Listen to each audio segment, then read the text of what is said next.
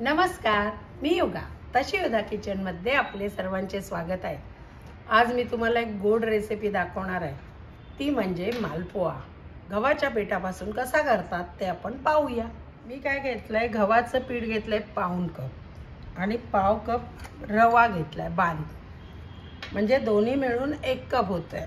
त्याच्यात टाकायला बडीशेप थोडी कुटून घेतली आहे, वेलची पूड, 2 चमचे मलाई, दूध भिजवण्याकरता आणि हे वरून सजावटीसाठी पिस्ता, ते मी पाण्यात भिजत घातले। आता आपण कसं भिजवायचं ते पाहू। एका भांड्यात हे पाऊण कप गव्हाचं पीठ, त्याच्यात बारीक रवा आहे, तरी पण मी मिक्सरमध्ये हा जरा फिरवून घेतलाय। पाव कप रवा, ही कुटलेली बडीशेप, ह्याच्याने चांगली चव येते, ती अर्धा चमचा,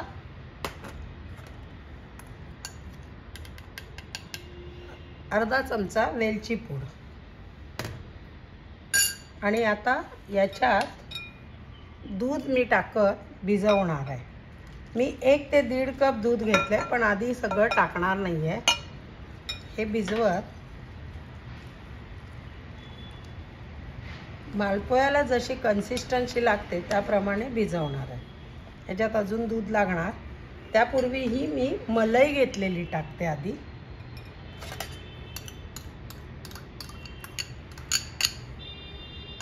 आणि यात मला अजून थोडं दूध लागणार आहे।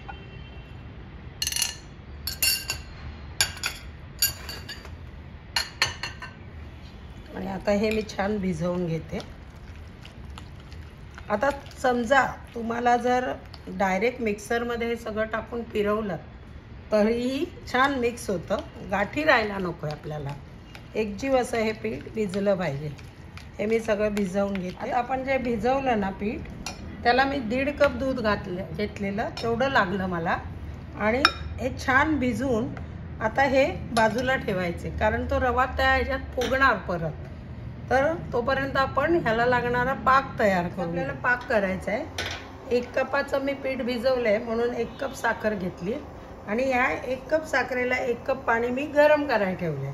त्याच्यात ही साखर टाकते, ती विरघळवून घ्यायची आपल्याला। आता याला एकतारी पाक नाही करायचा, तर गुलाबजामला जसा पाक असतो त्या पद्धतीत करायचा आहे, मधाळ वाटला पाहिजे। तर आपण तो करून घेऊया। साखरेला उकळी आली तेव्हाच मी ह्यात केशर घालते, आणि ही वेलची पूड पण आपण ह्याच्यातही टाकली आहे, आणि थोडी पाकात टाकू। आता आम्ही करून घेते। साखर विरघळली आहे, पण आपल्याला असा एकतारी नाही करायचा आहे, पण थोडासा असा चिकट लागेल, हे बघा, या पद्धतीत करायचं आहे। आता हा पाक झाला आहे, तो उतरवते। आपला पाक रेडी झाला आहे। आता मालपुआ करायचा आहे, तर मी पॅनमध्ये तूप टाकलेलं आहे। तूप फार अर्धा पॅन भरेल असं नाही, तर आपल्याला एक मालपुआ असा शॅलो फ्राय करता येईल इतपत तूप टाकायचं, किंवा तेल टाकू शकता। मी तूप तापायला ठेवलं आहे। तूप तापलं की आपण मालपुए कसे करतात ते दाखवूया। आणि हे बघा, आता हे आपण भिजवलेली कन्सिस्टन्सी, आणि रवा भिजल्यामुळे त्या पिठाला थोडा थिकनेस येतो। आता बघा, आपल्याला काही आकार द्यायचा नाही, फक्त मधोमध असं सोडून द्यायचं। जेवढ्या आपल्याला साईजचा हवा आहे, मोठा हवा आहे, छोटा हवा आहे, तेवढं आपण यात टाकायचं, आणि लगेच हलवायचं नाही। छानपैकी तो सगळे एक साईडने भाजून झाला की मग पलटायचा। हे बघा, असा आपला एक बाजूने छान असा भाजला गेला की त्याला अलगद पलटायचं आहे।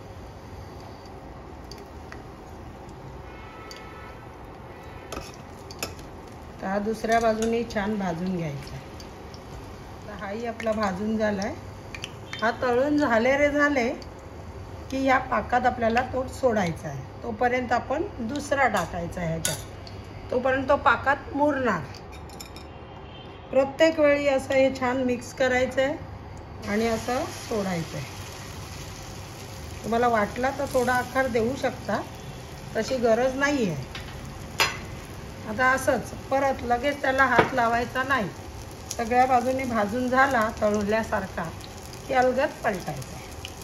तोपर्यंत हा जो पाकात आहे त्याला हळूच उलटा करू शकता.